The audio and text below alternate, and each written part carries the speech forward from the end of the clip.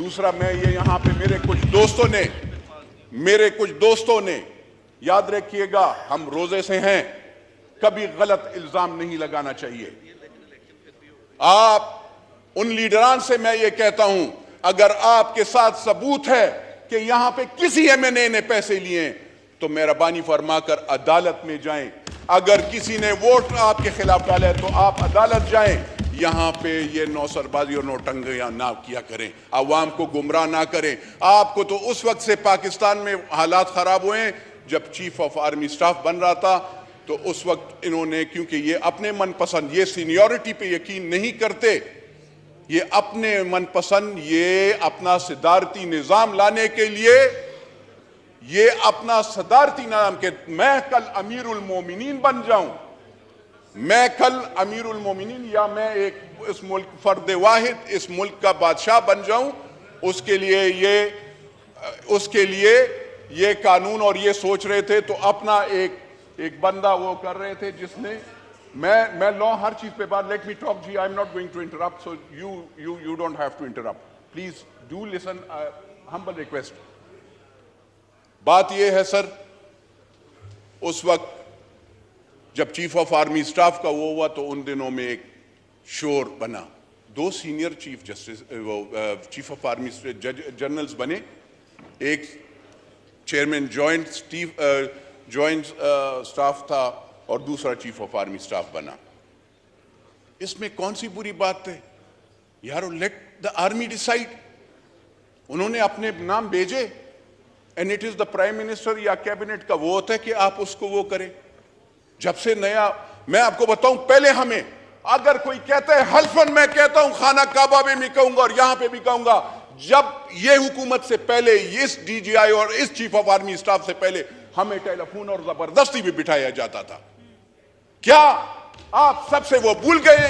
ابھی اگر نہیں آتا، اگر انٹرفیرنس نہیں ہوتی، اگر ہمیں ابھی انٹرفیرنس نہیں ہوتی، ہمیں کال کوئی کرنل بریگیڈیئر جرنیل نہیں کرتا تو اس پہ آپ کیوں خفا ہیں؟ شکر کریں کہ وہ انٹرفیرنس نہیں کر رہے، جھوٹی وہ بیانات نہ دیا کریں فار گاڈ سیک۔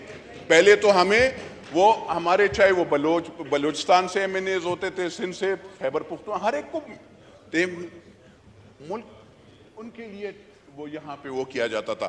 جو بندہ نہیں مانتا تھا، 3 سال میں نے نیشنل اکاؤنٹیبلٹی بیورو میں نے سہا ہے انہیریٹڈ پراپرٹی کے لیے۔ میرے خواجہ صاحب نے بھی اس دن مجھے کہا تم کیوں کہتے ہو کہ مجھے میری عرض سلے مجھے کہتے ہیں اکیلے تمہاری ہے۔ میں نے کہا سر میری تو ہے ہی نہیں کیونکہ میرے آباء و اجداد کی ہے، لیکن میں یہ عرض کرتا ہوں کہ اس وقت کے میں نے 3 سال نیشنل اکاؤنٹیبلٹی کو فیس کیا۔ یہ کیا آپ کو یاد نہیں ہے؟ اور میں نے تو اس کے منہ پہ کہا تھا کہ میں نے مہنگائی کے خلاف بات کی، آج بھی میں مہنگائی کے خلاف بات کرتا ہوں۔ میں تو اب بھی کہتا ہوں، ڈار صاحب کو بھی کہتا ہوں، پرائم منسٹر صاحب کو، کہ عوام کو 2019 کا آئی ایم ایف کا معاہدہ آپ لائیں تاکہ پتہ چلے کہ انہوں نے یہ معاہدہ کیا تھا اور آپ اس کو مجبوراً آپ اب اس کو فالو کریں گے۔ یہ آپ نے چھپانا نہیں۔ اگر آپ چھپائیں گے ممبر سے، کیونکہ یہ پارلیمنٹ عوام کی نمائندگی کرتی ہے، تو یہ چیزیں ہیں سر۔ اس بل میں میرے خیال میں آپ اس میں رولز میں چینجز کا یہ نیشنل اسمبلی اور سینٹ آف پاکستان کو حق حاصل ہے۔ میری یہ ریکویسٹ ہوگی کہ آپ 3 کے بجائے 7 ممبرز کر لیں۔ دوسری بات یہ ہے سر، یہ کنٹیمپٹ آف کورٹ پہ بھی وہ کر لیں، کیونکہ یہ سوچ لیں یہ بہت زیادہ یہاں پہ کبھی ہم نے تو کنٹیمپٹ آف پارلیمنٹ نہیں دیکھا۔ یہاں پہ تو پارلیمنٹ کے بہت سے فیصلے وہ ہوتے ہیں۔ آپ کا فیصلہ ہوا، سپیکر نیشنل اسمبلی کو اگر میں جا کر یہ یہاں پہ لکھ لوں کہ آئی ریزائن فرام، وہ تو پھر تو اٹ مینس کہ آئی ریزائن نا۔ اس کو پھر کیسے قانون، کون سے نظریہ ضرورت بنا دیا جاتا ہے، کون سے لحاظ سے آپ کہتے ہیں کہ یہ ایکسپٹ وہ نہیں ہے؟ یہاں پہ اس فلور پہ باقاعدہ کہا گیا کچھ ممبران نے، ان کو بھی یہ کورٹس ضروری بات ہے۔ مجھے یہ حق حاصل ہے کہ میں اس کورٹ سے پوچھوں کہ آپ کون سے زیادہ سے زیادہ کیا ہو جائے گا، آپ مجھے بھی وہ کر لیں گے، ڈیسیڈ کر لیں گے، کر لیں، آپ دکھائیں۔ ایسے نہیں ہے کنٹیمپٹ آف کورٹ، اگر آپ کی ہم کوئی غلط وہ کرے، لیکن مجھے یہ حق حاصل ہے کہ آپ اگر ایک کرپٹ بندوں کو، سر میں پبلک اکاؤنٹس کمیٹی کا چیئرمین ہوں، I don't believe in Pakhtun, Punjab, Sindhi, Balochi.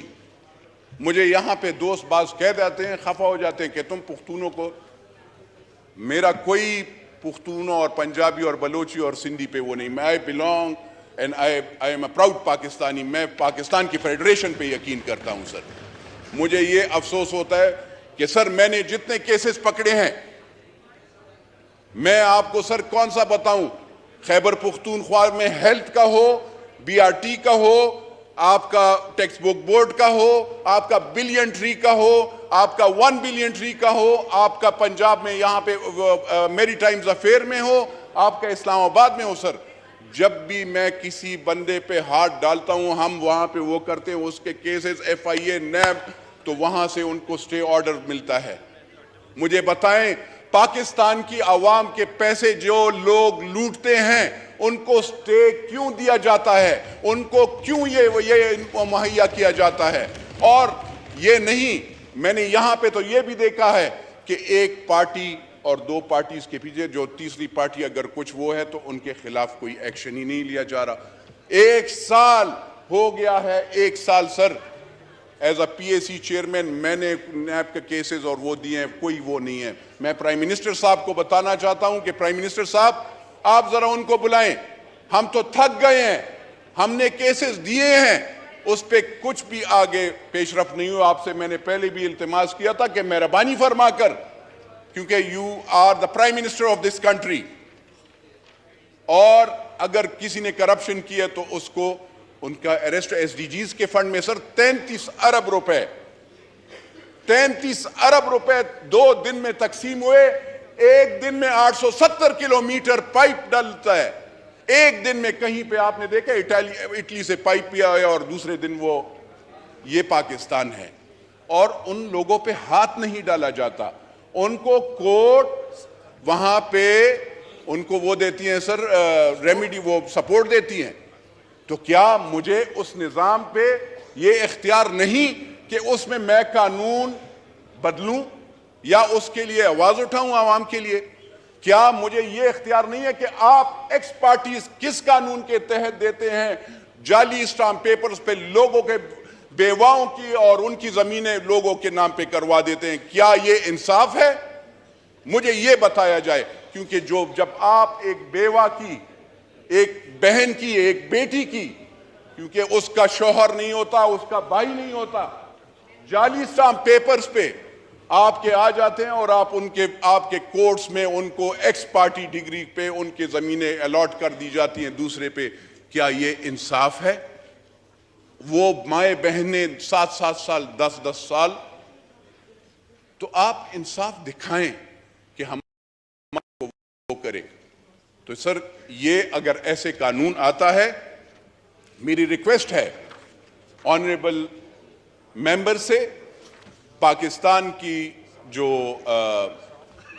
عدلیہ ہے جس میں بھی اچھے برے لوگ ہر جگہ پہ ہوتے ہیں، اس عدلیہ میں اچھے لوگ ہیں.